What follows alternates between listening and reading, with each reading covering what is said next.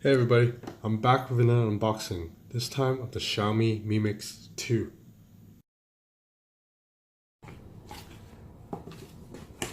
So this is a greeting from Xiaomi's CEO Li Jun. My Chinese reading isn't that good, but it's something about working hard to break through, give 100% effort. So here's the phone.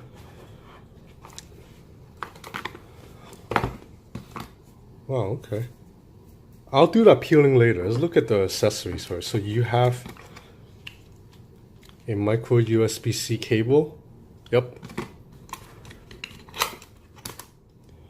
A power plug for China, but this also the US uses the same one, so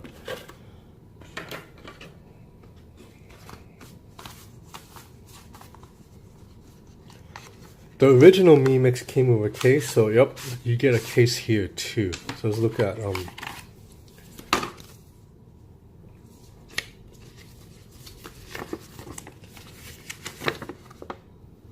okay, more instructions on the Mi Mix 2, which I won't need.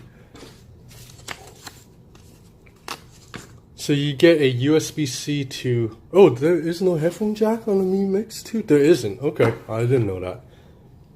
So USB-C to headphone jack and a case.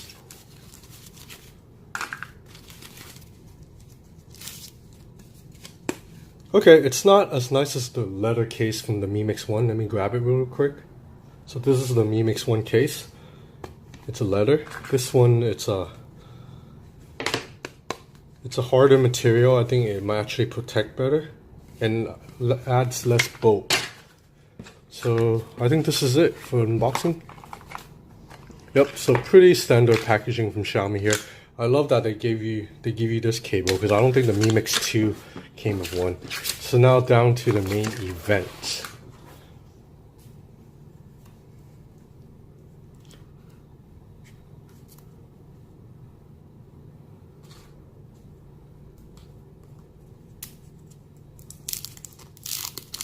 My favorite part, peeling off that plastic film. Wow, okay.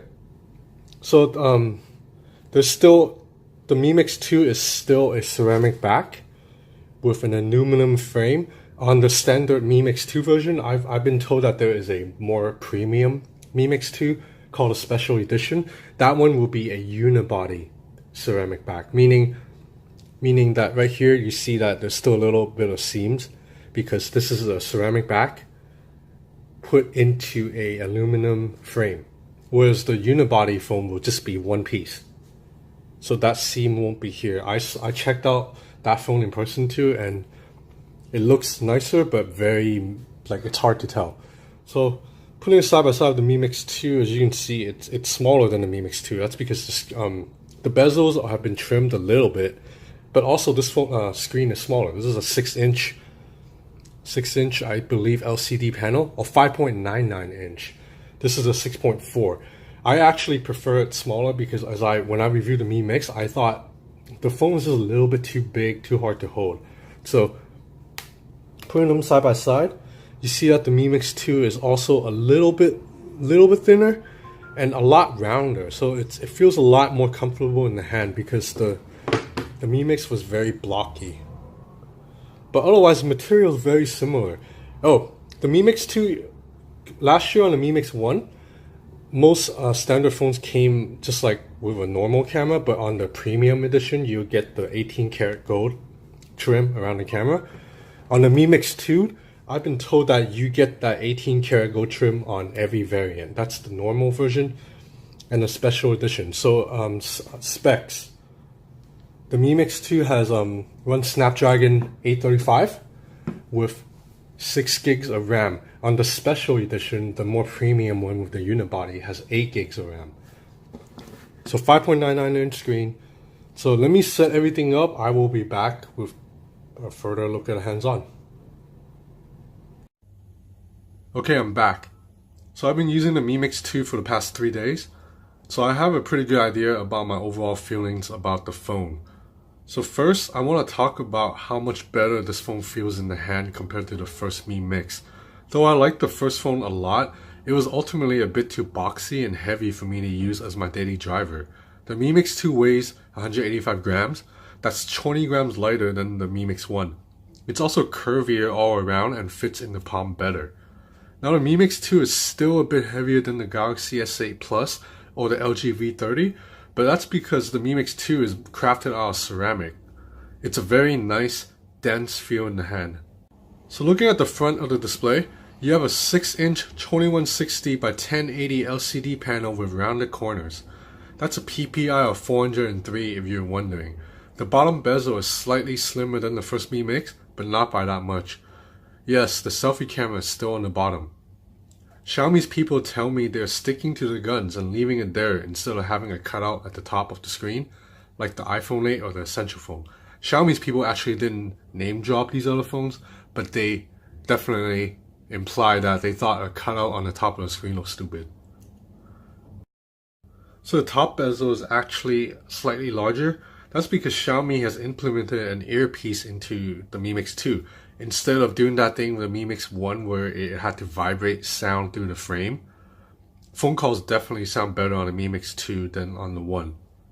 On the right side of the device, you have a power button and a volume rocker. On the left side, there's a SIM card slot.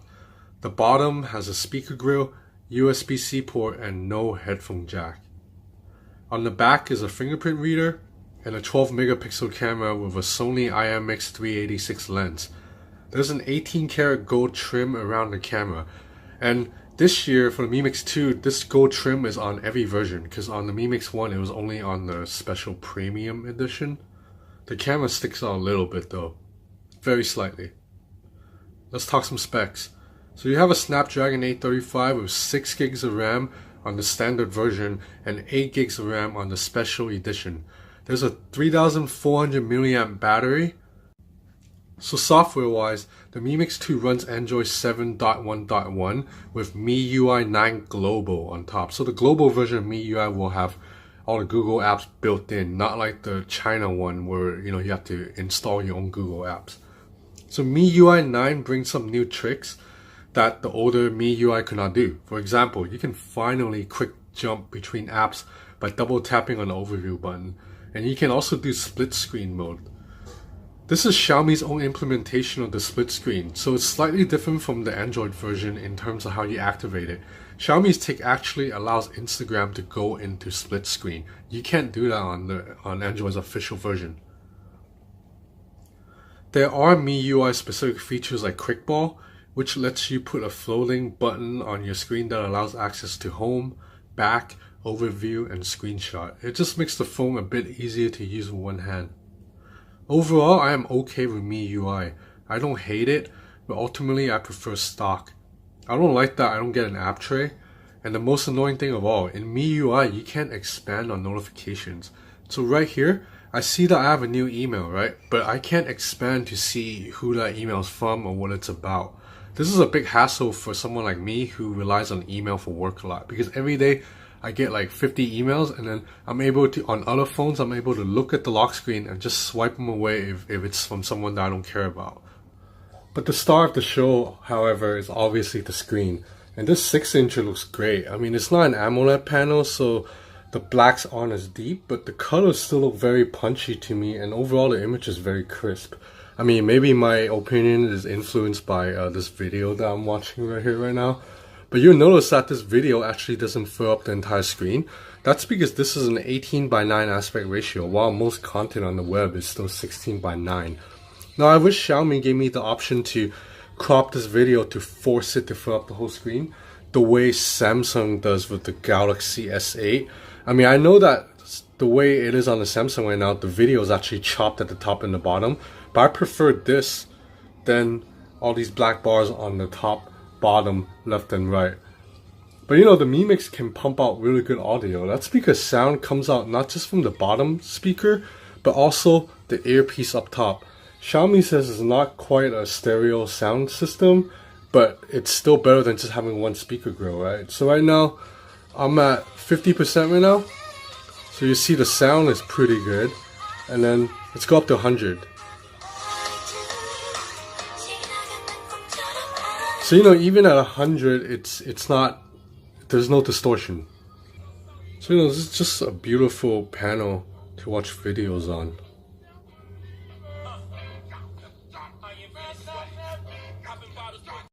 So the camera on the Mi Mix 2 is the exact same hardware as the main camera on the Mi 6. Xiaomi tells me it's improved the software, so it should be a better camera than the Mi 6. And the camera app is easy to use.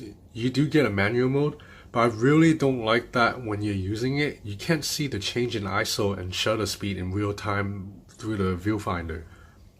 On the Galaxy S8 and LG V30, you can see the video change colors and shade as you're adjusting ISO and all of that, so you can, find that perfect lighting. The phone is also quite vague in terms of what resolution you're shooting in. Like, look at this. So for picture quality, it only says high, standard, or low. So what resolution is that? As mentioned earlier, the selfie camera is on the bottom, so you have to flip the phone upside down to take a selfie, but the quality is pretty solid. The camera app also has a lot of fun filters that lets you take creative shots like this. So let's look at some photo samples now. In general, the Mi Mix 2 can shoot great photos during the day. Colors are vibrant and well balanced. The camera shutter is fast, and focus times, while not as fast as the Galaxy S8, isn't bad at all. So let's take a look at this picture of the flower. This macro shot turned out really well in my opinion. And now this Chinese banner, you can zoom in all the way and see all the details. I can read the Chinese text clearly. So in low light situations, the Mi Mix 2 is good but not great. Photos look fine when you're looking at them on the phone, but put them on the computer like blown up, or compare them side by side with the Galaxy S8 or LG V30, and you'll see that Xiaomi shots are a bit inferior. So look at these two shots right here. The Galaxy S8 produced a more clear image with more details. So moving on to video samples, the Mi Mix 2 has 4-axis OIS, and while it works well during the day, it doesn't seem to work at night. Video shot in the day are steady and clean, but at night you see a bit of jerkiness as I'm walking. Check out the samples.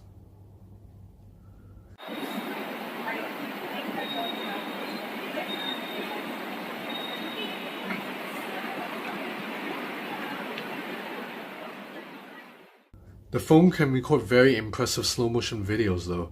The footage here is almost as good as the slow motion videos I shot with the Sony Xperia XZ Premium. So with a Snapdragon 835 and 6 or 8 gigs of RAM, the Mi Mix 2 is a performance powerhouse. I mean, I use this phone heavily for 3 days.